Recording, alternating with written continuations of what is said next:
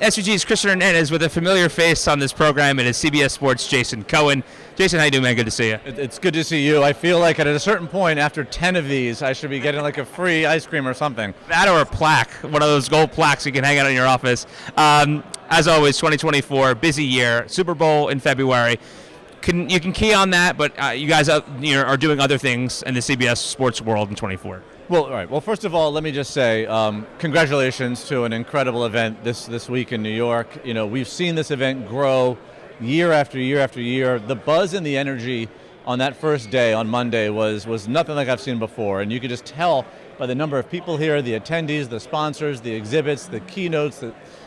Everything is just probably bigger and better than our wildest imagination. So, congrats to you, the entire SVG organization. It's a tremendous kudos. Look, for us at CBS, I think the best way to look at the year is to think about how did the year start and then how's it going to end. And then if you kind of start with those two pillars, right, everything else in between almost becomes filler. So, look, for us, we had the Super Bowl in Las Vegas in February. It was obviously the highest rated Super Bowl of all time. It was a tremendous success with not only being the first time in Las Vegas, the perfect city to host it. We had the first ever simulcast with the Nickelodeon show at the Super Bowl. We had a game that went into overtime and almost double overtime. Taylor Swift helped us out. We had the Sphere. There were so many elements to that game that made it so special, and that was obviously our marquee event. And then at the end of the year, we're producing these two games on Christmas for Netflix, and those games are monster telecasts. They're going to be as big of a football game as you could do without doing the Super Bowl. Beyonce is doing the halftime show in Houston, so it's almost like a mini Super Bowl in some regards. And so, those two anchors kind of set the tone for 24, and I think it's what's made the beginning of the year and the end of the year so special and so demanding. Right. Using that momentum, heading even into 2025, even though you talked about having a Super Bowl in early of 24 and then the Super Bowl-esque show at the end of 24, what's in store for 25 that we should kind of keep our eyes on? What's nice is that you don't know what's in store anymore. I didn't know Netflix was doing football in the beginning of 2024, and I didn't know that CBS was going to be working with them on it.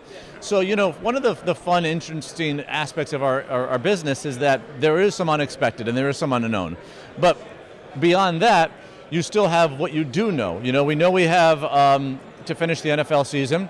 We know we're going to go through the playoffs and do the AFC Championship game, which for us will be the second game of the day, and that evening championship game is going to be our highest rated telecast of the year, and probably the second highest out of all networks over the course of the year.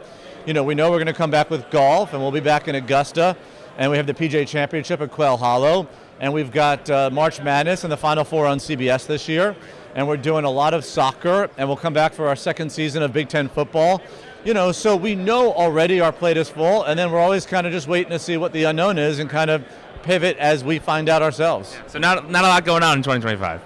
Look, it's the same as everyone else, which is, we all seem to be adding more and more programming to our plates, and somehow the programming guys find ways to keep us busier and busier every year. But that's a good problem to have, right? I'm going to tie this interview all together. The work that you guys do and you're able to do is because of colleagues like, Cohen Buchenwala, JP LaMonaco, your ops colleague, Patty Power. And to tie it back together, we appreciate the support that you give us and why this event is so special. But Jason, thank you for taking the time. Good seeing you. Good to see you. And I'll see you in 25.